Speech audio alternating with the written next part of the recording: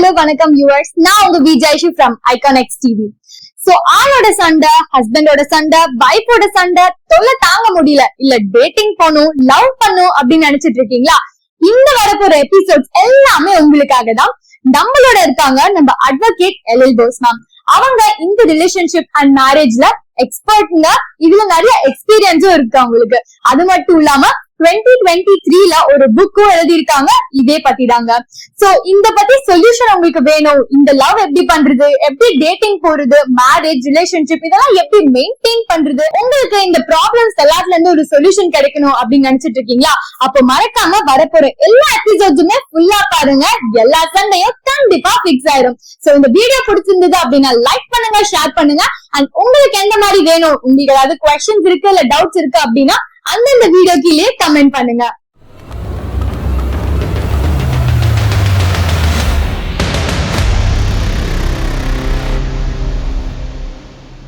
இன்னைக்கு we are going to talk about எதை பத்தி பேச போறோம் அப்படின்னு பாத்தீங்கன்னா ஃபேமிலி ரிலேஷன்ஷிப். ஒரு ஹஸ்பண்ட் அண்ட் வைஃப் ஆகட்டும், இல்ல லவ்வர்ஸ் கூட இருக்கலாமே, இந்த பிரேக்கப் ஆற ரீசன், டைவர்ஸ் ஆற ரீசன் இதெல்லாம் என்ன அப்படிங்கறத மேம் கிட்ட நம்ம கேட்டு தெரிஞ்சுக்க போறோம். இப்போ இருக்கிற மேரேஜுக்கு, அதாவது இந்த ஜென்ரேஷன்ல இப்போ நடக்கிற மேரேஜோட ரிலேஷன்ஷிப் ஆகட்டும், இதுக்கு முன்னாடி லைக் ஒரு 30-15 இயர்ஸ் பேக் அவங்களோட மேரேஜ் ரிலேஷன்ஷிப்க்கு என்ன டிஃபரன்ஸ் மேம்?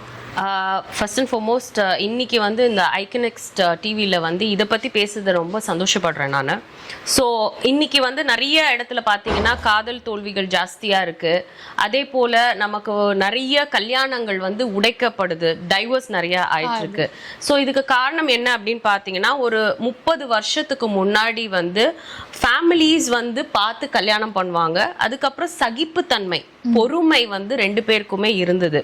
அதே மாதிரி அன்னைக்கு காலகட்டத்தில் பார்த்தீங்கன்னா ஒரு டிவோர்ஸ் வந்து பண்றதுக்கு அவ்வளோ ஈஸியாக விட மாட்டாங்க.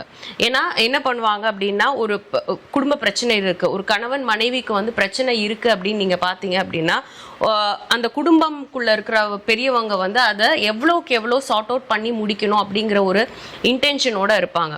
ஸோ அதனால டிவோர்ஸ் கேசஸே வந்து கம்மியாக இருந்தது. அது மட்டும் இல்லாமல் குழந்தைகளுக்காக சேர்ந்து வாழ்கிற ஒரு நிலைமையும் இருந்தது.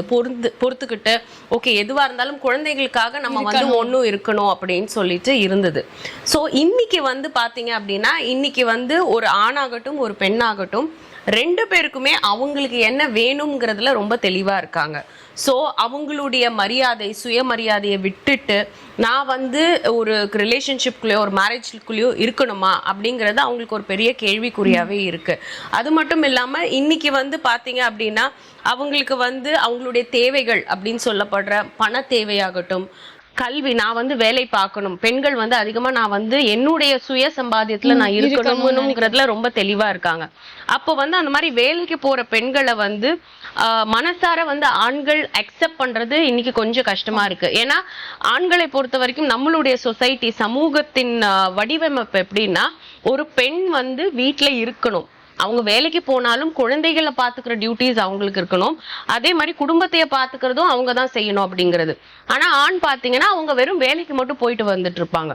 சோ இன்னைக்கு வந்து காலகட்டத்துல எப்படி இருக்காங்கன்னா, ஷேரிங் ஆஃப் ரெஸ்பான்சிபிலிட்டி அப்படிங்கிற ஒரு கான்செப்ட் வந்து வர ஆரம்பிச்சிருச்சு. சோ இப்ப இந்த ஷேரிங் ரெஸ்பான்சிபிலிட்டி வர ஆரம்பிக்கும் போது என்ன ஆகுதுன்னா, குடும்பத்தார் வந்து என்ன பண்றாங்க அப்படின்னா, அந்த பொண்ணு ஏன் வந்து நிறைய வேலைக்கும் போயிட்டு ஏன் குடும்பத்தை பாத்துக்க மாட்டேங்கிறாங்க அப்படின்னு பெரியவங்க கேள்விகள் கேட்கறாங்க. சோ இந்த மாதிரி பிரச்சனைகள் நிறைய வர ஆரம்பிக்குது கல்யாணத்துல. சோ கல்யாணத்துல பாத்தீங்க அப்படின்னா, ஒரு கணவன் மனைவிக்கு வந்து பிரச்சனை அதிகமா வர்றதை விட கணவன் மனைவியோட குடும்பத்தாரால தான் பிரச்சனை வந்து ஜாஸ்தி வர ஆரம்பிக்குது. ஓகேங்களா? சோ அதனால இன்னைக்கு வந்து காலகட்டத்துல அவங்களுக்கு என்ன வேணுங்கிறதுல தெளிவா இருக்கிறதுனால இன்னைக்கு ஒரு திருமணமோ இல்ல காதல் தோல்வியோ உடைச்சிட்டு போறதை பத்தி அவங்க எதுவுமே கவலைப்படுறது கிடையாது. பரவாயில்ல, இது உடைஞ்சாலும் பரவாயில்ல அப்படின்றது அவங்களுடைய மைண்ட் செட்ல இருக்கு. பட் ஆனா அவங்க புரிஞ்சுக்க வேண்டிய விஷயம் வந்து என்னன்னா, ஒரு திருமணத்துக்குள்ளேயோ ஒரு காதலுக்குள்ளேயோ போறதுக்கு முன்னாடி அந்த ஒரு நபருடைய குடும்ப சூழ்நிலை, அவங்கள பத்தி பர்சனலா இன்னும் நிறைய தெரிஞ்சுக்கணும் அப்படிங்கிற ஒரு விஷயத்த மறந்துடுறாங்க. எந்த ஒரு ஆணும் பெண்ணுமே அதை மறந்துடுறாங்க. இதை வந்து ஆங்கிலத்துல கம்பேட்டபிலிட்டி அப்படின்னு சொல்லுவோம். ஒருத்தருக்கு ஒருத்தர் எந்த அளவுக்கு அவங்க புரிஞ்சு வச்சிருக்காங்கிற கம்பேட்டபிலிட்டிங்கிற ஒரு விஷயம் இருக்கு. ஒத்து போகுமா, ஒத்து போக மாட்டோமா, இதெல்லாம் ஆரம்ப கட்ட காதலிக்கிறதுக்கு முன்னாடியும் சரி கல்யாணத்துக்கு முன்னாடியும் நம்ம தெரிஞ்சுக்கிட்டோம் அப்படின்னா இந்த மாதிரி விவாகரத்துகள், அதே மாதிரி திருமணம் சம்பந்தமான விஷயங்கள் வந்து சமூகத்துல உடையாம இருக்குங்கிறது தான் என்னுடைய கருத்து. இப்போ வந்து விமன் ஒர்க் போக ஆரம்பிச்சிருக்காங்க அப்படின்னும் போது அவங்களே பேலன்ஸ் எப்படி அவங்களால எப்படி பேலன்ஸ் பண்ண முடியும் அந்த ஒரு கொஸ்டின் இருக்கும்ல. இப்போ ஆபீஸ் போயிட்டு வந்தா இப்போ மென்னா இருந்தா எப்படி போயிட்டு வந்தா டயர்ட் ஆதோ அதே மாதிரி தானே உமனுக்கும் இருக்கும். சோ இப்போ அந்த நேரத்துல எப்படி அதை பேலன்ஸ் பண்ணலாம்? ஒரே ஒரு விஷயம் தான்மா, அதாவது என்னன்னா இன்ஃபேக்ட் ஆண்களை விட பெண்களுக்கு தான் வந்து மன ரீதியாகவும் உடல் ரீதியாகவும் நிறைய கஷ்டங்கள் இருக்கு. இப்போ பெண்களுடைய உடல்நிலை பார்த்தீங்க அப்படின்னா அவங்களுக்கு பீரியட்ஸ் அப்படின்னு மாதவிடாய் அப்படிங்கிற ஒரு விஷயம் வந்து இருக்கு இல்லைங்களா. அதை வந்து இன்னைக்கு நம்ம ஓப்பனா பேசணும். ஏன் பேசணும் அப்படின்னா ஒரு குடும்பத்துல வந்து பாத்தீங்க அப்படின்னா அந்த காலத்துல இருக்கிறவங்க வந்து எல்லா பெண்களுக்கும் வர்றது தானே, உனக்கு மட்டும் வந்து என்ன அப்படிங்கிற கிடையாது. ஒரு பெண்ணுக்கும் வலிகள் வேற விதமா இருக்கும், அவங்களுடைய உடல் சக்தி வேற விதமா இருக்கும். சோ இன்னைக்கு வந்து ஒரு திருமண வாழ்க்கைக்குள்ள வந்து ஒரு கணவன் மனைவி இருக்கும் போது அவங்க என்ன பண்ணணும், 2 பேருமே வேலை செய்யறாங்க அப்படின்னா அந்த sharing of the responsibility is very very important. So இன்னைக்கு வந்து ஆண்கள் வந்து நான் போய் கிச்சன்ல சமைக்கணுமா அப்படிங்கறத வந்து யோசிக்க கூடாது. ஒரு நாள் வைஃப் வந்து டயர்டா இருக்காங்க, அவங்களால செய்ய முடியல அப்படின்னா ஒண்ணு அவங்க வந்து ஒரு ஹோட்டல்லையோ வாங்கிக்கலாம், அட்ஜஸ்ட் பண்ணிட்டு போகலாம். அதே மாதிரி அவங்க கிச்சன்லயும் ஹெல்ப் பண்ணலாம் வைஃப்க்கு. வீட்டுடைய வேலைகள், ஒரு வீடு பெருக்கி துடைக்கிறதுல இருந்து எல்லாத்துலயுமே இன்னைக்கு ஆண்கள் வந்து அவங்களுடைய ரெஸ்பான்சிபிலிட்டியை உள்ள இன்க்ளூட் பண்ணி தான் ஆகணும். சோ இது என்ன ஆகும் அப்படின்னா கல்யாணம் ஆன புதுசுல ஃபார் எக்ஸாம்பிள் 2 பேரும் ஒன்னா வேலை பாக்குறாங்கன்னு வச்சுக்கோங்களேன், அவங்க வந்து ஒரு குழந்தையை பெற்றுக்கொள்வதற்கு கொஞ்சம் டைம் எடுத்துக்கலாம். ஓகேங்களா. கல்யாணம் பண்ணிட்டாங்க, ஒரு வருஷம் 2 வருஷத்துக்குள்ளே குழந்தை பெத்துக்கணும் அப்படிங்கிறது வந்து இன்னைக்கு பழைய இதுவாயிடுச்சு. ஏன்னா இன்னைக்கு விலைவாசி ஜாஸ்தி ஆயிடுச்சு. ஒரு குழந்தைய வந்து பெத்துக்கணும் அப்படின்னா அந்த பெண்ணுக்கு நிறைய உடல் ரீதியாக பிரச்சனைகள் இருக்கு. அதுக்கப்புறம் அவங்க வந்து வேலை பார்க்குற பெண்ணா இருந்தாங்கன்னா அந்த குழந்தை பிறந்ததுக்கு அப்புறம் அவங்களுக்கு ஒரு பிரேக் வந்துருது. ஓகேங்களா. இன்னைக்கு வந்து ஆண்கள் வந்து எந்த அளவுக்கு வெளியில போய் வேலை செய்யறாங்களோ பெண்களுமே வந்து ஒரு குழந்தையை பிறந்ததுக்கு அப்புறம் வந்து பாத்தீங்கன்னா ஒரு பயங்கரமான பிரேக் வரும். 2-3 வருஷம் ஆயிடும் அவங்களுக்கு. சோ லிட்டரலா அவங்களோட கெரியரே அவங்க சாக்ரிஃபைஸ் பண்ணிட்டு தான் பண்றாங்க. அப்ப அந்த டைம்ல வந்து ஆண்கள் வந்து இமோஷனலா they should be available for the woman. இந்த ஒர்க் லைஃப் பேலன்ஸ் ஏன் ஸ்ட்ரெஸ் வருது அப்படின்னா இவங்க 2 பேருக்குள்ள போய் சண்டை வரும். நீ வந்து இதை பார்க்க முடியாதா, நான் வந்து அதை எல்லாருமே பார்க்கணும், 2 பேருமே பார்க்கணும். இதுல வந்து கூடுமானவரை வந்து திருமணமான புதுசுல வந்து நான் ரெக்கமெண்ட் பண்றது எல்லா கணவன் மனைவிக்கும் கொஞ்சம் தனியா போய் இருங்கன்னு நான் சொல்லுவேன். எதனால அப்படின்னா அவங்க 2 பேருமே அதை ஹேண்டில் பண்ணிப்பாங்க. ஓகேங்களா. ரிலேட்டிவ்ஸோட இன்டர்ஃபியரன்ஸ் இருக்காது, முக்கியமா இன்லாஸோட இன்டர்ஃபியரன்ஸ் இருக்காது. அந்த பொண்ணுக்கும் வந்து தன்னுடைய கணவன் கிட்ட பேசுறதுக்கு வந்து ஈஸியா இருக்கும்.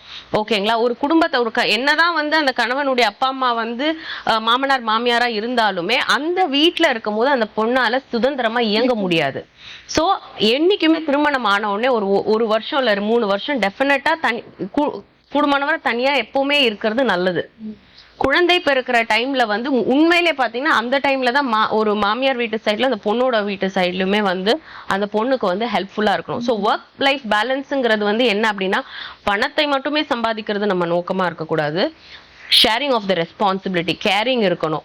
சோ வந்து இது நீ தான் பண்ணணும், அதை நான் தான் பண்ணணும் அப்படி கிடையாது. ஒரு வீட்டை கிளீன் பண்றது வந்து பெண்களுடைய வேலை மட்டும் கிடையாது, ஆண்களுடைய வேலையும் கூட தான். வீட்டுல சாப்பாடு செய்ய டைம் இல்லை அப்படின்னா they can help them in little responsibilities. உடம்பு முடியாத காலகட்டத்துல ஒய்ஃப்க்கு வந்து ஹெல்ப் பண்றது ரொம்பவே முக்கியமான ஒரு விஷயமா இருக்கு. Okay ma'am, thank you. எந்த ரீசன்ஸ்னால நிறைய பிரேக்கப் அண்ட் டைவர்ஸ் ஆகுது மேம்? ஏன்னா இப்போ ஜாயிண்ட் ஃபேமிலி இல்லாம தனியா வந்து இருந்தாலும் அவங்களுக்குள்ள அவ்வளோ இதா இல்லைன்னு நினைக்கிறேன். நிறைய டைவர்ஸ் அண்ட் பிரேக்கப் கேசஸ் வருது. As even you're handling yourself advocate அப்படிங்கிறதுனால. ஸோ எந்த ரீசன்ஸ்னால உங்ககிட்ட நிறைய பேர் வராங்க மேம்? இன்னைக்கு ஏன் வந்து லவ் பிரேக்கப் டிவோர்ஸ் ஆகுது அப்படின்னு நீங்க பாத்தீங்கன்னா என்னுடைய டிவைன் பாத் டு ஹாப்பி மேரேஜ்ல வந்து ஒரு 10 சாப்டர் கொடுத்துருப்பேன். அந்த 10 சாப்டருமே வந்து லவ் பிரேக்கப் மற்றும் திருமணம் வந்து உடைந்து டைவர்ஸ் ஆகிறதுக்கான ரீசன் தான் அந்த 10 சாப்டருமே. ஸோ ஒரு காதலுக்குள்ள நம்ம போறதுக்கு முன்னாடியோ இல்ல கல்யாணம் அப்படிங்கறத நம்ம பண்றதுக்கு முன்னாடியே என்ன பண்ணணும் அப்படின்னு பாத்தீங்கன்னா 2 பேருடைய குடும்ப கலாச்சாரத்தை தெரிஞ்சுக்க வேண்டியது ரொம்பவே அவசியமா இருக்கு. So we are not going to get married to a person just like that. So அவங்க குடும்பங்களோடையும் நம்ம வந்து இன்டராக்ட் பண்ண போறோம். முக்கியமாக வேற ரிலிஜன்ல இருக்கிறவங்க ஈவன் மோர் ரொம்ப கேர்ஃபுல்லா இருக்கணும். ஏன்னா கல்யாணம் அதாவது காதலிக்கும் போது பாத்தீங்கன்னா இந்த ரிலிஜன் விஷயம் இதெல்லாம் வந்து பெருசா வராது. ஆனா நாளைக்கு வந்து ஒரு குழந்தை பிறந்ததுக்கு அப்புறம் இந்த ரிலிஜன்ல அந்த குழந்தை வளரணுமா, அந்த ரிலிஜன்ல அந்த குழந்தை வாழணுமா அப்படிங்கிற ஒரு நிறைய கொஸ்டின்ஸ் வரும். அங்க வந்து டைவர்ஸ் ஆன கேசஸும் உண்டு. ஓகேங்களா. அதுக்கப்புறம் என்ன அப்படின்னு பாத்தீங்கன்னா ஃபார் எக்ஸாம்பிள் வந்து இப்போ ஒரு பையன் வந்து ஒரு பயங்கரமான கல்ச்சுரல் ஃபேமிலியில வளர்ந்துருக்காங்க. ஓகேங்களா, பயங்கர ட்ரெடிஷ்னலான ஃபேமிலியில வளர்ந்துருக்காங்க அப்படின்னா அவங்க வந்து பார்க்கக்கூடிய அந்த பெண் வந்து பாத்தீங்கன்னா அதே மாதிரி ஒரு ட்ரெடிஷ்னல் செட்டப்ல இருந்து வந்தவங்களா இருக்குன்னா அது பெட்டர். சோ இப்போ ஃபார் எக்ஸாம்பிள் அந்த பையன் வந்து பயங்கர ட்ரெடிஷ்னல் ஃபேமிலில இருந்து வளர்ந்துட்டு திடீர்னு ஒரு ஐடி கம்பெனில ஜாயின் பண்ணுவாங்க. ஐடி கம்பெனில ஜாயின் பண்ணும் போது he might like a girl, பயங்கர மாடர்னா இருப்பாங்க, அவங்களுக்கு அது பிடிச்சிருந்திருக்கும். ஓகேங்களா, அந்த பொண்ணு வந்து பயங்கர மாடர்னா இருந்துட்டு அவங்க வந்து ரொம்ப அவுட் கோயிங், அவங்களோட ஃபேமிலி வந்து பாத்தீங்கன்னா இன்னைக்கு காலகட்டத்துக்கு எல்லாமே அக்செப்ட் பண்ற ஒரு ஃபேமிலியா ட்ரெடிஷ்னல் ஃபேமிலியா இல்ல அப்படின்னா இவங்க 2 பேருக்குள்ள செட் ஆகாது. ஏன்னா இன்னைக்கு வந்து உங்களுக்கு வந்து பிடிச்சு நீங்க காதலிக்கிறீங்க, நாளைக்கு பல விஷயங்கள் உங்களுக்கு பிடிக்காம போகலாம். ஆனா அது வந்து நம்ம முன்கூட்டியே தெரிஞ்சுக்கணும். காதலிக்கும் போதும் சரி, கல்யாணம் பண்ணிக்கும் போதும் சரி, ரொம்ப ரொம்ப முக்கியமான விஷயம் குடும்ப கலாச்சாரத்தை தெரிஞ்சுக்கிறது ரொம்பவே அவசியம். இன்னொரு முக்கியமான விஷயம் பாத்தீங்க அப்படின்னா காதலிக்கிறவங்களும் சரி கல்யாணம் பண்றவங்களும் சரி அவங்களுடைய பாசிட்டிவ்ஸை பார்த்து மட்டும்தான் கல்யாணமும் பண்ணிப்பாங்க, காதலிக்கவும் செய்வாங்க. அந்த நெகட்டிவ் அப்படிங்கிற ஒரு விஷயத்துக்குள்ளேயே போக மாட்டாங்க. ஏன்னா நம்ம வந்து நெகட்டிவ்ஸோ நம்ம பாசிட்டிவ்ஸோட மட்டுமே குடும்பம் நடத்த போறது இல்லையே, ஒரு பாசிட்டிவான லைஃப் மட்டுமே இருக்க போறது இல்ல. ஒரு ஆணுடைய நெகட்டிவ் கேரக்டர், ஒரு பெண்ணோட நெகட்டிவ் கேரக்டர் ஒருத்தர் கல்யாணத்துக்கு முன்னாடியே வந்து தெரிஞ்சுக்கிறது ரொம்பவே அவசியம். அது வந்து தெரிஞ்சுக்காம ஒரு திருமணத்துக்குள்ளேயோ ஒரு காதலுக்குள்ளேயோ நீங்க போறீங்க அப்படின்னா டெஃபினட்டா அது வந்து பிரேக்கப் ஆகிறதுக்கான நிறைய வாய்ப்புகள் இருக்கு. அதுக்கப்புறம் வேற ஒரு ரீசன் இன்னைக்கு பிரேக்கப் அண்ட் டிவோர்ஸ்ன்னு பாத்தீங்கன்னா டாக்ஸிக் கேரக்டரிஸ்டிக்ஸ். சோ வந்து பெண்கள் வந்து சந்தேகப்படுவாங்க, ஆண்களும் சந்தேகப்படுவாங்க. அதே மாதிரி வந்து பாத்தீங்கன்னா வந்து ஒரு ஆண் வந்து ஒரு பெண் நீ இப்படிதான் இருக்கணும் அப்படின்னு வந்து ஆமா ஒரு ரெஸ்ட்ரிக்ஷன்ஸ் இருக்கும். இன்னைக்கு காலகட்டத்துல பெண்கள் யாருமே அப்படி இல்ல, எல்லாருமே ரொம்ப தெளிவா இருக்காங்க. உங்களால எங்க கூட குடும்பம் நடத்த முடிஞ்சா நடத்துங்க, இல்லாட்டி நீங்க போயிடுங்க அப்படின்னு சொல்ற அளவுக்கு பெண்களுக்கு தைரியம் வந்துருச்சு. ஏன் காதலை கூட தூக்கி போடுற அளவுக்கு தைரியம் வந்துருச்சு. அப்ப அந்த ஆண்கள் வந்து என்ன யோசிக்கணும் அப்படின்னா இன்னைக்கு காலகட்டத்துக்கு வந்து நாங்க வந்து திருமணம் ஆக போகுது அப்படின்னா பெண்களுக்கு ஈக்குவல் சுதந்திரம், ஆண் பெண், நான் வந்து ஆண் நீ ஒரு பெண் அப்படிங்கிற அந்த ஒரு பாரபட்சம் இல்லாம நீயும் என்குள் பாதி அப்படிங்கிற ஒரு கான்செப்ட் இருந்தா மட்டும்தான் இன்னைக்கு வந்து அந்த திருமணம் சரி காதல் வாழ்க்கையும் வந்து நிலைத்திருக்கும். அதே மாதிரி இன்னொரு ரீசன்ஸ் வந்து என்னன்னு பாத்தீங்கன்னா குடும்பத்தோட இன்டர்ஃபியரன்ஸ். ஓகேங்களா, காதல் கல்யாணம் அப்படின்னு வரும்போது it is between the man and the woman. ஒரு ஆணும் ஒரு பெண்ணும் எடுக்க வேண்டிய ஒரு முடிவுகள் தான், இதுல குடும்பமே இன்வால்வ் ஆகக்கூடாது. அப்படி நீங்க ட்ரெடிஷ்னல் ஃபேமிலியா இருக்கீங்க அப்படின்னா நீங்க அரேஞ்ச் மேரேஜ் போறது நல்லது. அரேஞ்ச் மேரேஜ்லயுமே அந்த ஃபேமிலிலயும் வந்து பெரியவங்க பேசி முடிவு பண்ணிட்டுன்னு சொல்லக்கூடிய அந்த பெண்ணும் இருக்கணும். இன்னைக்கு வந்து நிறைய மாறிடுச்சு. சோ இந்த மாதிரி காரணங்களால மட்டும்தான் உங்களுக்கு வந்து நிறைய டிவோர்ஸ் வர ஆரம்பிச்சிருது. அது மட்டும் இல்லாம பாத்தீங்கன்னா இன்னைக்கு நிறைய பெண்களுக்கு வந்து ஹஸ்பண்ட் வந்து டைம் கொடுக்கறது கிடையாது. ஓகேங்களா, அதாவது ஒரு 10 வருஷம் ஒரு 15 வருஷம் ஆன டைம்ல பாத்தீங்கன்னா ஹஸ்பண்ட் வந்து வேலை நிமித்தமா வெளியூர் போயிடுவாங்க. சோ அந்த டைம் கிடைக்காததுனால என்ன ஆகுது அப்படின்னு பாத்தீங்கன்னா நிறைய பெண்கள் இமோஷனல் அஃபேர்ஸ்குள்ள போய் விழுந்துடுறாங்க. சோ அவங்க வந்து வேற ஒரு ஆண்கிட்ட பேசுறாங்க. சோ இந்த மாதிரி நிறைய ரீசன்ஸ் வந்து நாலதான் நிறைய breakup, love breakup and divorce cases are happening. Okay ma'am. So இப்போ ஒரு பார்ட்னர் சூஸ் பண்றதுக்கு என்ன மாதிரி ideal qualities that we look into? Okay, அதாவது நான் உங்களுக்கு ஃபர்ஸ்டே டிஸ்க்ளைமர் கொடுத்துறேன். ஐடியல் குவாலிட்டி பெர்ஃபெக்ட் பார்ட்னர் அப்படிங்கிற கான்செப்டே கிடையாது. நிறைய பேர் வந்து இவங்க தான் இப்படி இருந்தாதான் நான் வந்து அவங்களை கல்யாணம் பண்ணுவேன், அப்படி இருந்தாதான் நான் கல்யாணம் பண்ணுவேன், கிடையவே கிடையாது. ஒரே ஒரு விஷயம் வந்து என்ன அப்படின்னா நீங்க வந்து ஒரு அன்பான பர்சனா இருக்கீங்க, ஒரு கைண்டான பர்சனா இருக்கீங்க அப்படின்னா உங்களுக்கு வரப்போறவங்க அதே மாதிரி கைண்ட் அண்ட் ஜெனரஸ் பர்சனா இருக்கணும். குவாலிட்டிஸ் அப்படின்னு நம்ம சொல்லும் போது நிறைய ஒரு ஹஸ்பண்ட் அண்ட் ஒய்ஃப் ரிலேஷன்ஷிப்குள்ள ஒரு லவ் பண்ற ஸ்டேஜ்ல கூட ஒருத்தருக்கு ஒருத்தர் நிறைய காம்ப்ரமைஸ் பண்ணணும், சகிப்புத்தன்மை இருக்கணும், விட்டு கொடுத்து போற மனப்பான்மை இருக்கணும். அதே மாதிரி ஒருத்தர் கெரியர் வைஸ் க்ரோ ஆகணும், இண்டிவிஜுவல் க்ரோத்னு சொல்லுவாங்க. இப்போ நீங்க பாத்தீங்கன்னு வச்சுக்கோங்களேன், இன்னைக்கு வந்து உங்களுக்கு ஒரு 23 வயசு இருக்கலாம், இதே மெச்சூரிட்டி வந்து உங்களுக்கு 30 வயசுல வந்து ஜாஸ்தியா இருந்திருக்கும். ஓகேங்களா, how to you grow individually with each other. ஓகேங்களா, நிறைய விஷயங்கள் இருக்கு. இப்போ வந்து காதல் திருமணம் சொல்லும் போது நம்ம எல்லாருமே ஒரு படத்துல எப்படி பாக்குறோம், ரொமான்ஸ் பாக்குறோம், பிசிக்கல் ரிலேஷன்ஷிப், செக்ஸ் லைஃப் இதெல்லாம் பாக்குறோம். பட் அதெல்லாம் தாண்டி இருக்கிறது தான் ஒரு லவ் ரிலேஷன்ஷிப், ஒரு திருமணம். ஓகேங்களா, சோ திருமணம் அப்படின்னு சொல்லும் போது அந்த 2 பேருமே வந்து ஒரு team. They are a team. So அந்த ரெண்டு டீம் பிளேயர்ஸும் என்ன பண்ணணும், ஒருத்தரை நம்ம எப்படி இம்ப்ரூவ் பண்ணிக்கணும்.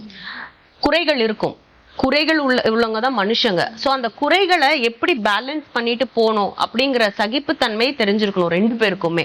ஸோ ஐடல் இன்னைக்கு வந்து என்னுடைய பார்ட்னர் வந்து இந்த பெர்ஃபெக்டா இருக்கிறது அப்படின்றதுன்னா கஷ்டமா இருக்கும், ரொம்பவே கஷ்டமா இருக்கும். இப்போ ஃபார் எக்ஸாம்பிள் ஒரு ஆண் வந்து ஒரு பொறுமைசாலியா இருக்கலாம், பெண் வந்து பாத்தீங்கன்னா பயங்கர அக்ரெசிவ் பர்சனா இருக்கலாம். ஆக்சுவலா அவங்களுக்குள்ள நல்லா ஒத்து போகும், ஏன்னா ஒருத்தர் அங்க விட்டு கொடுக்கறதுனால. ஆனா ஒரு காலகட்டத்துக்கு மேல அந்த ஆணுமே ட்ரெயின் ஆயிடுவாங்க.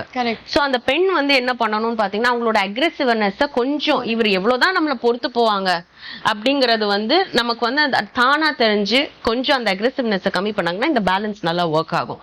சோ நீங்க வந்து ஒரு பார்ட்னரை வந்து செலக்ட் பண்ணும் போது நல்ல அந்த குவாலிட்டிஸ் என்ன அப்படின்னு பார்க்கும்போது don't focus on only the good qualities, accept the negative qualities. உங்களால அந்த நெகட்டிவ் குவாலிட்டிஸை அக்செப்ட் பண்ண முடியுமான்னு ஃபர்ஸ்ட் உங்களை நீங்க கேட்டுக்கோங்க. சோ நீ ஃபர்ஸ்ட் வந்து ஒரு பார்ட்னரை சூஸ் பண்றதுக்கு முன்னாடி நீங்க உங்களை நல்லா தெரிஞ்சுக்கணும். நான் வந்து எப்படிப்பட்ட பர்சன், நான் என்ன மாதிரி பர்சன், என்னுடைய நெகட்டிவ் குவாலிட்டிஸ் என்ன. சோ நான் வந்து ஒரு கோவக்காரியா இருந்துட்டு என்னுடைய கணவரோ என்னுடைய ஃபியான்சியோ வந்து ஒரு பொறுமைசாலியா இருக்கணும்னு எதிர்பார்த்தா நடக்குமா? நடக்காது. சோ நீங்க என்ன பண்றீங்களோ அதுதான் உங்களுக்கு ரிட்டர்ன் வரும். So try to give lot of love. Expectations அது மட்டும் இல்லாம இன்னைக்கு வந்து ஐடியல் பார்ட்னர் அப்படின்னும் போதே அந்த வேர்ட்லயே உங்களுக்கு இருக்கு எக்ஸ்பெக்டேஷன்ஸ் தான் நிறைய இருக்கு. அன்கண்டிஷனல்ங்கிறது நிறைய பேருக்கு தெரியாது. அன்கண்டிஷனலா என்ன, உங்களால வந்து ஒரு நெகட்டிவ் பர்சனை லவ் பண்ண முடியுமா? அன்கண்டிஷனலா முடியாது, யாராலும் இருக்காது. சோ உங்களுடைய எதிர்பார்ப்புகளை கம்மி பண்ணிக்கோங்க. நீங்க வந்து அவர்கிட்ட இருந்து எதிர்பார்க்கறீங்க, ஆனா அதுக்கான பர்சன் நீங்களா? உங்களுக்கு அந்த குவாலிட்டி இருக்கா? சோ நம்ம என்ன பண்றோம் அப்படின்னா பிசினஸ் மாதிரி ஆக்கிடுறோம். எதிர்பார்ப்புகள் ஜாஸ்தியா இருக்கு. நான் வந்து இங்க 10 ரூபாய் போட்டேன்னா எனக்கு 100 ரூபாய் அங்க இருந்து கிடைக்கணும்னு எதிர்பார்க்கறீங்க. சோ உங்ககிட்டயே 10% நல்ல குவாலிட்டி தான் இருக்கும், அங்க வந்து பாத்தீங்கன்னா 100% 100 குவாலிட்டி எதிர்பார்க்கறீங்க. சோ பிராக்டிகாலிட்டி, ரியலிஸ்டிக் எக்ஸ்பெக்டேஷன்ஸ் வந்து இல்லாம போறது வந்து ரொம்பவே கஷ்டமான விஷயம். சோ ஐடியல் பார்ட்னர் இன்னைக்கு வந்து ஆணுக்கும் சரி பெண்ணுக்கும் சரி நான் ரொம்பவே தெளிவா சொல்றேன், நல்லா புரிஞ்சுக்கோங்க. ஐடியல் பார்ட்னர் பெர்ஃபெக்ட் பார்ட்னர் அப்படிங்கிற கான்செப்டே கிடையவே கிடையாது. வரவங்களை நீங்க அவங்களுடைய நிறை குறைகளோட அக்செப்ட் பண்றதா மட்டும் இருந்தா மட்டும் காதலிங்க, கல்யாணம் பண்ணுங்க. ஐடியல் ரிலேஷன்ஷிப் எப்படி இருக்கணும் மேம் ஒரு ஆணுக்கும் பெண்ணுக்கும்? ஓகே, இது வந்து ரொம்ப வித்தியாசமான குவெஸ்டின். நான் ஐடியல் ரிலேஷன்ஷிப்ங்கிறது ஃபர்ஸ்ட் சொல்லிடுறேன். ஃபர்ஸ்ட் அந்த ரிலேஷன்ஷிப்குள்ள நிறைய அன்பு, பொறுமை, சகிப்புத்தன்மை இருக்கணும் ரெண்டு பேருக்குமே. சோ இன்னைக்கு வந்து நிறைய ஆண்கள் வந்து சொல்லுவாங்க, நீ ஒரு பொண்ணு தானே உனக்கு பொறுமை வந்து இல்லையா அப்படின்னு கேட்பாங்க. தப்பு, ரெண்டு பேருக்குமே அந்த பொறுமை இருக்கணும். ஓகேங்களா? சோ அந்த ஒரு there is something called taking each other for granted. Ideal ரிலேஷன்ஷிப்ல நம்ம என்ன பண்ணாலும் இந்த பர்சன் நம்மள ஒன்னும் பண்ண மாட்டாங்க, நம்ம கூட தான் இருப்பாங்க அப்படின்னு அந்த எதிர்பார்ப்பு இருக்கு தெரியுமா, அது இருக்கவே கூடாது. சோ ஒரு ஐடியல் ரிலேஷன்ஷிப்ல ஒருத்தருக்கு ஒருத்தர் ரொம்ப அன்பா இருக்கணும், கைண்டா இருக்கணும். எல்லா டைமும் கைண்டா இருக்கிறது கஷ்டம் தான். பட் ஆனா அப்படியே கோவப்பட்டாலோ ஒரு கோவம் வரக்கூடிய சூழ்நிலை இருந்தாலும் அதை ஹேண்டில் பண்ற மெச்சூரிட்டி ரெண்டு பேருக்குமே இருக்கணும். அது மட்டும் இல்லாம ஒரு சண்டை வரும்பொழுது ரெண்டு பேருமே சேர்ந்து கத்தக்கூடாது. யாராவது ஒருத்தர் வந்து அந்த இடத்துல இருந்து போயிடணும், இல்ல அதுக்கு ஒரு பாஸ் கொடுக்கணும். ஏன் பாஸ் கொடுக்கணும்னா இன்னைக்கு வந்து உங்களுக்கு ஒரு கோபம் இருக்கலாம், ஓகேங்களா? என்ன ஆகும்னா அடுத்த நாள் உங்களுடைய மனநிலைமை வேற மாதிரி இருக்கும். இன்னைக்கு இருக்கிற மனநிலைமை வந்து வேற மாதிரி இருக்கும். என்னன்னா ஜெய் ஷெட்டி புக்ல வந்து திங்க் லைக் அ மாங்க்னு ஒரு புக் நான் படிச்சுட்டு இருக்கும் போது அந்த புக்ல நம்ம ஜென்ரலாவே பார்த்திருப்போம், மனம் ஒரு குரங்கு அப்படின்ட்டு மாறிட்டே இருக்கும். சோ மனிதனுடைய மனநிலைமை பாத்தீங்கன்னு வச்சீங்கன்னா ஒரு குரங்கு தன்மை கூடிய ஒரு விஷயம். சோ இன்னைக்கு நம்ம கோவமா இருப்போம், அடுத்த நாள் கோவமா இருக்க முடியும், சூழ்நிலை காரணமாக இருக்கலாம். ஓகேங்களா? சோ அப்படி இருக்கும் போது சண்டைகள் வரும்போது அதை பத்தி திருப்பி பேசாம அத கொஞ்சம் டைம் கொடுத்து ஏன் இந்த பிரச்சனை வருதுன்னு ரெண்டு பேரும் தனியா உட்கார்ந்து யோசிக்கணும். அதே மாதிரி ஒரு ஐடியல் ரிலேஷன்ஷிப்ல ஒருத்தர் வந்து கெரியர் growth கொடுக்க வேண்டியது ரொம்பவே அவசியம். இன்னைக்கு காலகட்டத்துல பாத்தீங்கன்னா இந்த கோவிட் வந்தது இல்லைங்களா, நிறைய ஹஸ்பண்ட் அண்ட் ஒய்ஃப் இறந்து போனாங்க. முக்கியமா நிறைய பெண்களுடைய ஹஸ்பண்ட்ஸ் இறந்து போனாங்க. அப்படி இருக்கும் போது யோசிச்சு பாருங்களேன், ஒரு ஹவுஸ் ஒய்ஃப்க்கு வந்து எப்படி அவங்க ஹேண்டில் பண்ணிருக்க முடியும்? எதனால? அப்போ ஒரு கணவன் வந்து என்ன நினைக்கணும்னா நமக்கு நாளைக்கு என்ன வேணாலும் ஆகலாம், ஒரு மனைவியா வந்து என்னுடைய மனைவி கஷ்டப்படக்கூடாதுன்னு சொல்லிட்டு அவங்கள என்கரேஜ் பண்ணி அவங்கள கெரியருக்கு அனுப்பணும். அதே மாதிரி குழந்தைகளுடைய படிப்பு இதுக்கெல்லாமே ஈக்குவலா man also should share that responsibility of upbringing of the children. ஓகேங்களா? அதே மாதிரி இன்னொரு விஷயம், முக்கியமான விஷயம் ஐடியல் ரிலேஷன்ஷிப்ல பாத்தீங்கன்னா, யாரு என்ன உங்களை சுத்தி ஒருத்தரை பத்தி பேசினாலும் தயவு செஞ்சு அந்த விஷயத்தை எடுத்துக்காதீங்க. ஓகேங்களா? உங்க 2 பேருக்குள்ள பேசி முடிங்க. ஈகோ வச்சுக்காதீங்க. ஒரு ஐடியல் ரிலேஷன்ஷிப்ல மிகவும் ரொம்ப முக்கியமான விஷயம் ஈகோ இருந்தது அப்படின்னா உங்களால ஒரு ரிலேஷன்ஷிப்குள்ளேயே போகவே முடியாது. நிறைய பேருக்கு வந்து செல்ஃப் வர்த்துக்கும் ஈகோக்கும் வித்தியாசம் தெரியாது.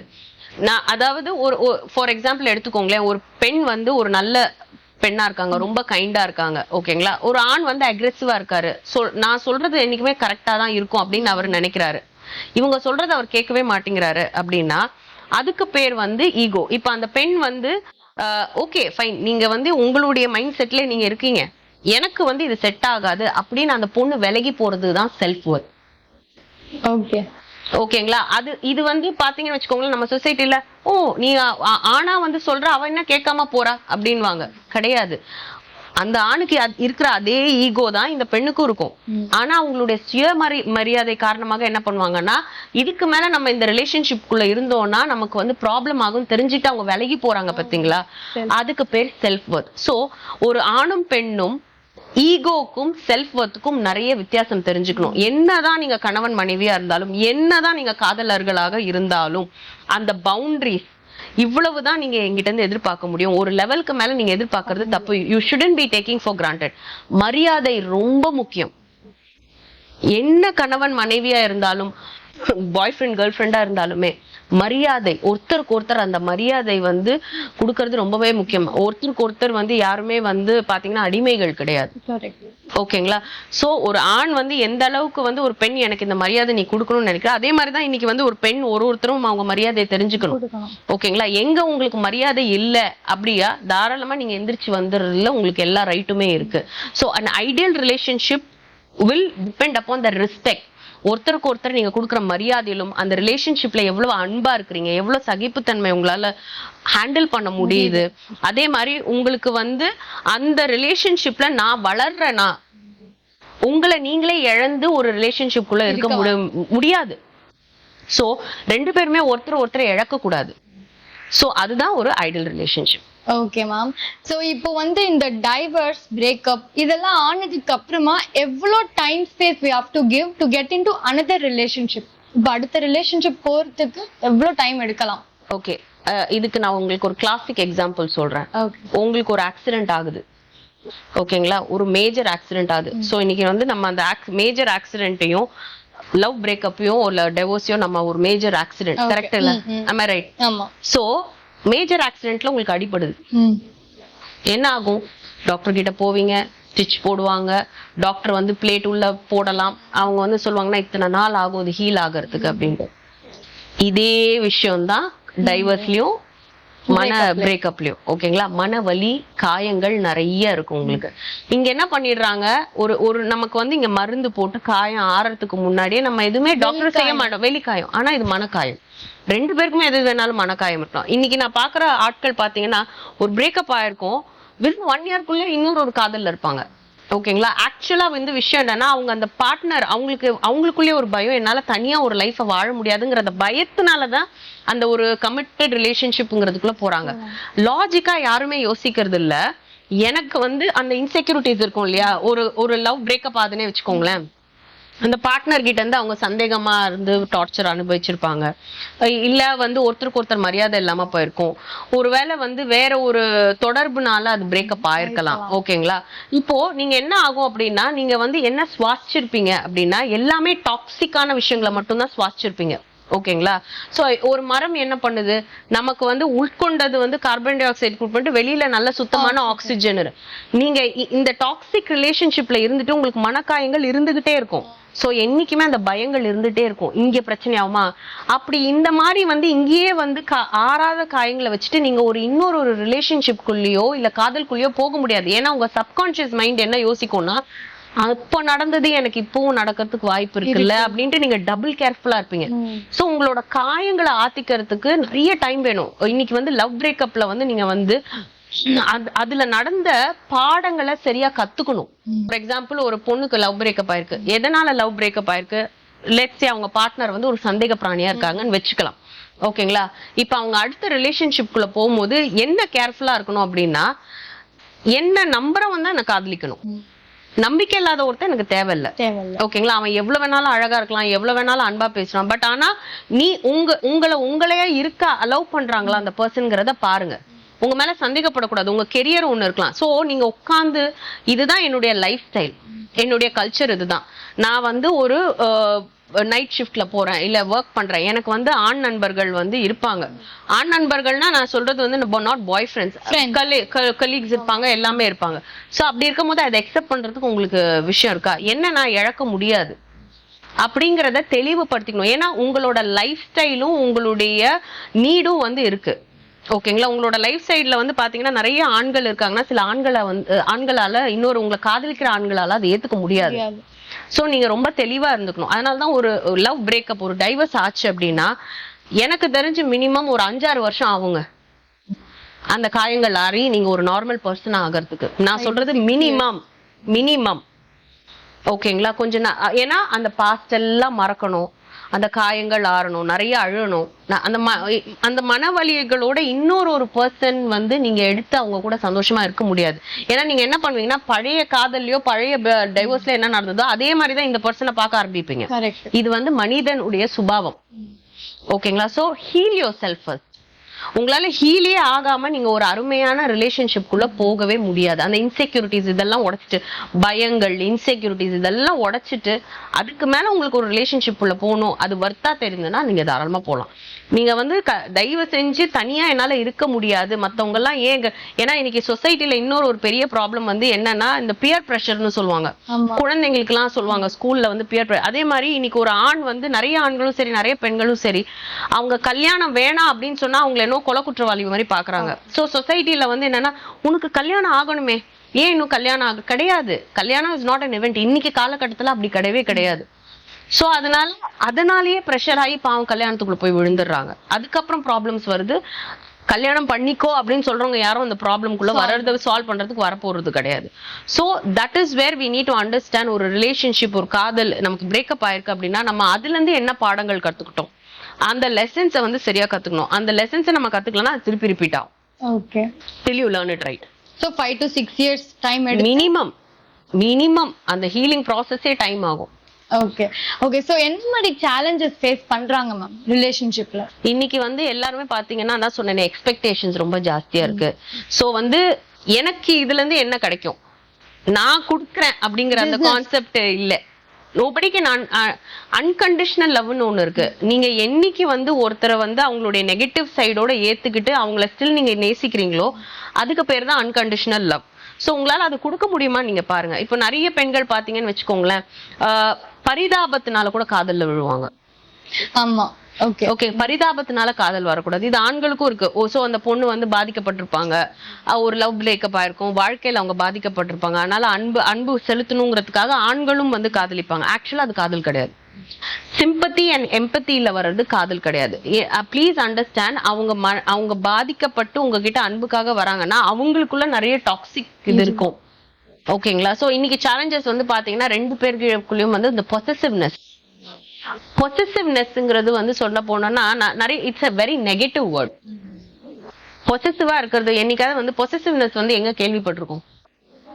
இப்போ நம்ம சப்போஸ் இப்போ நான் உங்ககிட்ட பேசுறேன், அது இன்னொரு பர்சனுக்கு பொசசிவா இருக்கலாம். அந்த மாதிரி it's not only about men and women but generally even parents do have that possessiveness. So இது வந்து நம்ம பேய் படத்தோட இது பண்ணலாம், பொசஷன் அப்படின்வாங்க. பொசஷன். ஓகே, நீ பேய் பிடிச்சிருக்கவங்களுக்கு தான் அது வந்து பொசசிவ்னஸ்ங்கிறது. சோ ஒருத்தர் பொசசிவா இருக்காருன்னா என்ன பண்ணுவாங்க, உங்களை விட கண்ட்ரோல் பண்ணுவாங்க. அதேதான் ஒரு பேயும் பண்ணும். ஓகே, இந்த கான்செப்ட் என்னைக்காவது யாராவது நம்ம யோசிச்சிருக்கோமா? Definitely not. Possession, when you're trying to possess something, which means that you're in control of that person. So தயவு செஞ்சு ஒருத்தவங்க நீங்க காதலிக்கும் போது இவங்க மேல நான் பொசசிவா இருக்கேன் அப்படின்னா தயவு செஞ்சு காதலிக்காதீங்க. You can be protective about your partner. உங்க பார்ட்னர் வந்து எங்கேயாவது போய் மாட்டிக்க போறாங்க, இல்ல அவங்கள ப்ரொடெக்ட் பண்ணிட்டு அவங்கள தப்பா யாராவது பார்க்க போறாங்க அப்படின்னு நீங்க நினைச்சீங்க அப்படின்னா ப்ரொடெக்டிவ்னஸ்க்கும் பொசசிவ்க்கும் நிறைய வித்தியாசம் இருக்கு. இதை ஃபர்ஸ்ட் வந்து தெரிஞ்சுக்கோங்க. தயவு செஞ்சு ஒரு ரிலேஷன்ஷிப்ல அவங்களா இருக்க விடுங்க. ரிலேஷன்ஷிப்ங்கிறது ஒரு அழகான பறவை மாதிரி. அதை நீங்க வந்து ரொம்ப கழுத்தை பிடிச்சாலும் அது செத்து போயிடும். ஓகேங்களா, அதுக்கான அந்த கேஜ் கொடுக்காம இருந்தாலுமே வந்து இதுவாகும். இந்த பொசசிவ்னஸ்ங்கிறது ஃபர்ஸ்ட் மெயின் காரணம். ரெண்டாவது வந்து கம்யூனிகேஷன். ரெண்டு பேருமே கம்யூனிகேட் பண்ண தெரியாம கம்யூனிகேட் பண்ணுவாங்க. ஓகேங்களா, ஸோ ஒருத்தவங்க வந்து கத்தி பேசுவாங்க, இன்னொருத்தவங்க சாஃப்டா பேசுவாங்க, இன்னொருத்தரோட ஒப்பீனியன் தான் கரெக்ட்னு யோசிப்பாங்க. So communication is a very big problem. Third முக்கியமான விஷயம் வந்து பாத்தீங்க அப்படின்னா, இது வந்து ஆக்சுவலா சொசைட்டில வந்து நிறைய இன்னும் பேசப்படலை. இன்னைக்கு காலகட்டத்தில் பாத்தீங்கன்னா இமோஷனல் நீட், பிசிக்கல் நீட் அப்படிங்கிறது ஒரு ஒரு ஆணுக்கும் ஒரு ஒரு பெண்ணுக்கும் வேற வேறையா இருக்கும். ஓகேங்களா, ஒரு ஆணும் சரி பெண்ணும் சரி வந்து நிறைய பிசிக்கல் நீட்ஸ் வந்து வித்தியாசப்படும். ஓகேங்களா, ஏன் சில பேர் வந்து உடனே கல்யாணம் பண்றாங்க அப்படின்னா அந்த பிசிக்கல் நீட்காக தான் கல்யாணம் பண்றாங்க. ஓகே, இதுதான் உண்மை. அதனாலதான் டக்குன்னு அவங்களால அடுத்தடுத்த திருமணத்துக்குள்ள போக முடியுது. So we need to understand that இன்னைக்கு சொசைட்டில பாத்தீங்கன்னா ஒரு பெண் வந்து 3 திருமணம் 4 திருமணம் பண்ணா அவளை தப்பா பேசுது. ஓகேங்களா, அது ஏன் ஆணை மட்டும் பேச மாட்டேங்குது? ஏன்னா இந்த சொசைட்டி வந்து ஒருத்தருடைய பிசிக்கல் நீடுங்கிறது வந்து தவறான விஷயம்ங்கிறத புகுத்தி வச்சிருக்காங்க. Everybody's physical need is different, emotional need is different. நான் பார்த்திருக்கேன் சில மென்னு சில விமன் வந்து செக்ஸுக்கு ப்ரையாரிட்டியே கொடுக்க மாட்டாங்க, அன்புக்காக தான் ப்ரையாரிட்டி கொடுப்பாங்க. அங்க இருந்து then it will go into a physical relationship. சில பேருக்கு physical relationship is a priority. So இது வந்து குணாதிசயம், சுபாவம். ஓகேங்களா, சோ இத வந்து நம்ம அதை பேஸ் பண்ணி ஒருத்தவங்களை ஜட்ஜ் பண்ணவே கூடாது. சோ இன்னைக்கு இது வந்து ஒரு பெரிய சேலஞ்சா இருக்கு. சோ வந்து இன்னைக்கு வந்து ஒரு பெண்ணால எனக்கு பிசிக்கல் நீட் இருக்குங்கிறத அவங்களோட பாய் ஃப்ரெண்ட் கிட்டயோ அவங்க கணவர்கிட்டயோ சொல்ல முடியல. ஏன் முடியல அப்படின்னா, ஓகே அவங்களுக்கு வந்து அது வந்து ஒரு பெரிய விஷயமா இருக்கா அப்படின்றத ஆண்கள் யோசிக்கிறாங்க. ப்ளீஸ் அண்டர்ஸ்டாண்ட், பிசிக்கல் நீடுங்கிறது ஆணுக்கும் பெண்ணுக்கும் சிமிலரான விஷயம். அதே மாதிரி எப்படி பசி தாகம்ங்கிறது ஒரு இமோஷனோ அந்த மாதிரி physical need is a need. அது இல்லைன்னா உடல்நிலை கெட்டு போயிடும்ங்கிறது டாக்டர்ஸே சொல்லியிருக்காங்க. ஓகே, மெடிக்கல் ரீதியாவே ஒரு உமனுக்கு வந்து பிசிக்கல் ரிலேஷன்ஷிப் இல்லைன்னா அவங்களுக்கு நிறைய ப்ராப்ளம்ஸ் வரும். அதேதான் மென்னுக்கும். ரொம்ப பிரம்மச்சரியத்தும் வந்து கடைபிடிக்க முடியாது யாராலையுமே. சோ இன்னைக்கு வந்து இந்த சொசைட்டி வந்து என்ன புரிஞ்சுக்கணும் அப்படின்னா, ஒருத்தருடைய உடல் தேவை மன தேவை வித்தியாசமா இருக்கும்.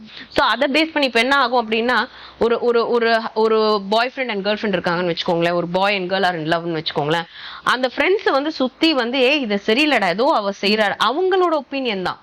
சோ இது ஒரு மேஜர் காரணம் இன்னைக்கு வந்து சேலஞ்சஸ் வந்து ஃபேஸ் பண்றது. சோ மத்தவங்களோட ஒப்பீனியனுக்காக நம்ம வந்து இது பண்ண வேண்டிய அவசியம் கிடையாது. அதுக்கப்புறம் பாத்தீங்க அப்படின்னா வந்து அவங்களுடைய priority is a reason. So வந்து பாத்தீங்கன்னா இனிஷியலா ஒரு 1-3 months 6 months வந்து ஜாலியா போகும். அதுக்கப்புறம் வந்து ப்ரையாரிட்டி கம்மியாகும்.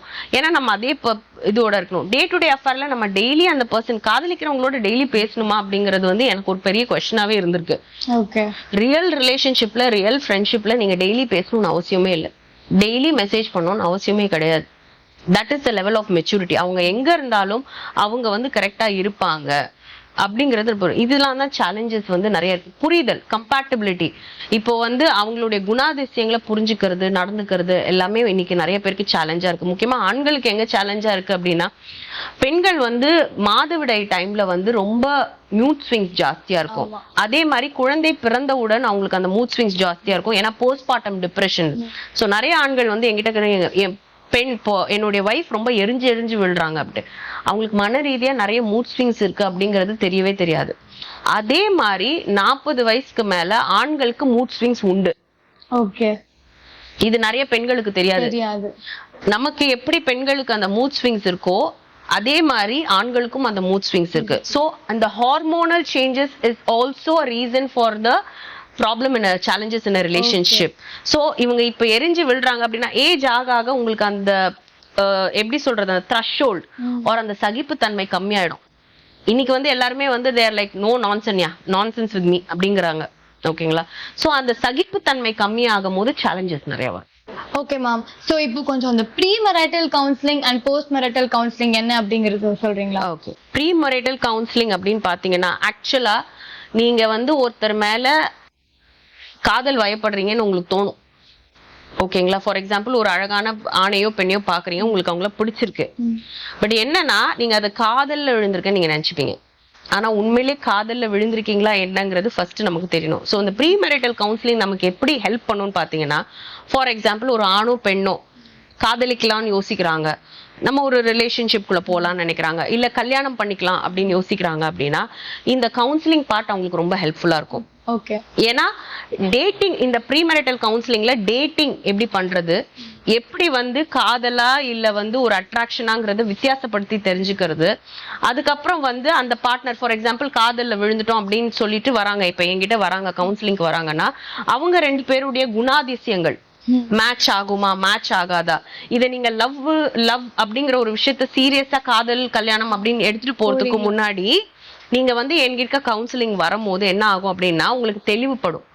ஸோ இந்த ரிலேஷன்ஷிப் வந்து ஏன்னா யாருமே போய் ஒரு பிரச்சனையில போய் அடிபட்டு விழணும்னு நம்ம யோசிக்க மாட்டோம்ல.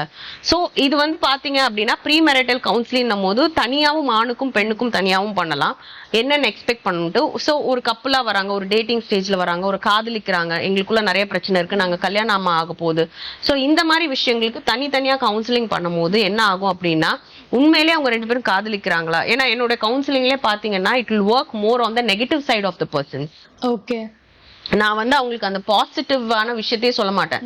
நிறைய பேர் என்ன கேட்டிருக்காங்க, என்ன மேம் பயமுறுத்துறீங்க, நீங்க பயமுறுத்துறது கிடையாது, because I care that your relationship should be long standing. ஏன்னா அதுக்கப்புறம் வர்ற அடிகள் வந்து பாத்தீங்க அப்படின்னா ரொம்ப வலிக்கும். கரெக்ட். ஓகேங்களா. ஸோ அதனாலதான் இன்னைக்கு வந்து நிறைய பேர் காதலிக்கிறவங்க ஸ்டேஜ்ல நீங்க பரவாயில்ல, நீங்க அட்ராக்ட் ஆயிருந்தீங்கன்னா கூட வந்து அந்த டைம்ல சந்தேகம் கேட்கறது தப்பு கிடையாது. ஏன்னா இது வந்து ஒன்னும் பெருசா உலகத்துல நடக்காது. ஃபர்ஸ்ட் வந்து ஒரு ஆணும் பெண்ணும் எல்லாருமே நினைச்சுக்க வேண்டிய விஷயம் என்ன தெரியுமா, அட்ராக்ட் ஆகுறது ரொம்ப இயல்பான விஷயம், ஒருத்தர் மேல ஈர்ப்பு கொள்றதுங்கிறது இயல்பான விஷயம். ஆனா அவங்கள காதலிக்கிறீங்களா இல்லையாங்கிறது தான் கொஸ்டின் மார்க்.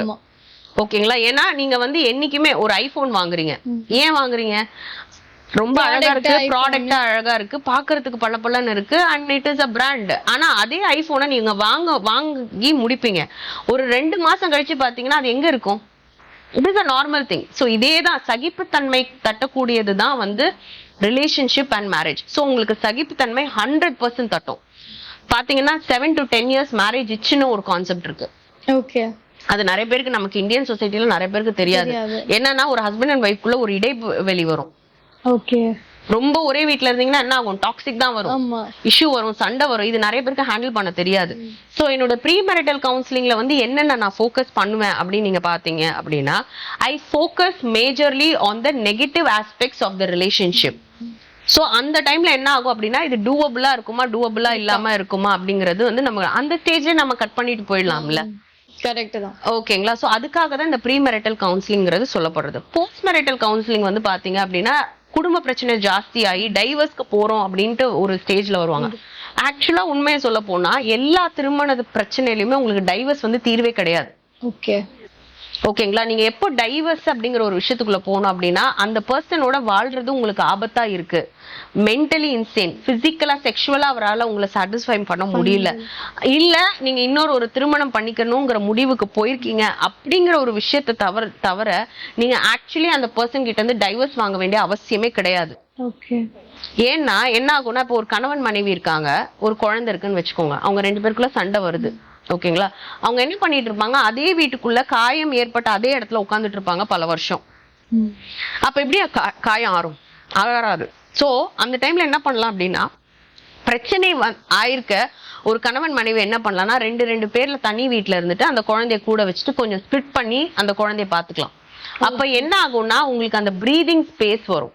இது என்ன பண்ணுவாங்க பெரியவங்க வந்து ஐயோ 2 பேர் பிரிஞ்சிருக்காங்க, தப்பாச்சே, ஒண்ணு சேர்க்க, அது ரொம்ப தவறான விஷயம். அவங்க 2 பேருக்கும் தான் தெரியும் என்ன ப்ராப்ளம் நடந்ததுன்னு. அவங்களுக்கு அந்த பிரீதிங் ஸ்பேஸ் கொடுங்க. சோ அந்த டைம்ல என்ன பண்ணணும்னா ஒரு ஆண் வந்து அவர் உங்க ஃப்ரெண்ட்ஸோட வெளியூர் போறது, அதே மாதிரி உங்க பெண் அவங்களுக்கு பிடிச்ச விஷயங்களை பண்றது, கொஞ்சம் அந்த பிரீதிங் ஸ்பேஸ் கொஞ்சம் அது இந்த விஷயம் ஆகிறதுக்கு ஒரு பிரீதிங் ஸ்பேஸ் ஆகிறதுக்கு ஒரு 2-3 வருஷம் கழிச்சு பாத்தீங்கன்னா the relationship will get better. Okay. டைவர்ஸ்ன்னு போனவங்க திருப்பி இதை ரீகன்சிடர் பண்றதுக்கான வாய்ப்புகள் இருக்கு. நீங்க தனியா இருக்கும் போது என்ன யோசிப்பீங்கன்னா அந்த பர்சனை ரொம்ப மிஸ் பண்ண ஆரம்பிப்பீங்க. சைக்கலாஜிக்கலா அவங்க பண்ண விஷயம் எல்லாம் உங்களுக்கு ஞாபகம் வரும். ஓகேங்களா. சோ அந்த கேப் கொடுக்காததுனாலதான் நிறைய பிரச்சனைகள் வருது. சோ இந்த மாதிரி விஷயங்களை தான் போஸ்ட் மேரிட்டல் கவுன்சிலிங்ல நான் குடும்ப பிரச்சனை உங்களுக்கு வருதுன்னா ஃபர்ஸ்ட் கண்ணை மூடிட்டு நான் என்ன சொல்லுவேன்னா கொஞ்சம் பிரேக் எடுத்துக்கோங்க. 2 பேரும் பேசவே பேசாதீங்க, 2 பேரும் தனித்தனி வீட்டுக்கு கூட போங்க. குழந்தைய வந்து பெண் கிட்ட விட்டுருங்க, குழந்தைக்கு அம்மா வேணும், நீங்க வந்து கூட்டிட்டு போங்க. இதுக்கு நடுவுல வந்து பிரச்சனைகளை பேசவே பேசாதீங்கன்னு தான் சொல்லுவேன். லேட்டர் ஆன் கொஞ்ச நாள் கழிச்சு நீங்க ஒரு வருஷம் கழிச்சு அந்த பிரச்சனையை பேச ஆரம்பிக்கும் போது actually you start to realize the mistake is also on your side. சரி. அந்த டைம் கொடுக்கணும். So that's why pre and post marital counseling is very important. Thanks a lot ma'am actually. ஏன்னா இது வந்து வியூவர்ஸ்க்கு மட்டும் இல்லாம கேள்வி கேட்ட எனக்கு ஆல்சோ ஒரு நல்ல கிளாரிட்டியா தான் கொடுத்துருக்கு. ஒரு ரிலேஷன்ஷிப் குள்ள போறதுக்கு முன்னாடி எப்படி இருக்கணும் அப்படிங்கிற மாதிரி. ஸோ உங்களுக்கும் ஏதாவது ரிலேஷன்ஷிப் கொஸ்டின்ஸ் இருக்கு, இல்ல மேரேஜ் லைஃப் ரிலேட்டட் ஏதாவது டவுட் இருக்கு அப்படின்னா மறக்காம கமெண்ட் செஷன்ல கொஸ்டின்ஸ் கேளுங்க. And definitely I think ma'am will help you out with it. So thank you. இந்த வீடியோ பிடிச்சிருந்தா லைக் பண்ணுங்க, ஷேர் பண்ணுங்க, நம்ம சேனலுக்கு சப்ஸ்கிரைபும் பண்ணிடுங்க.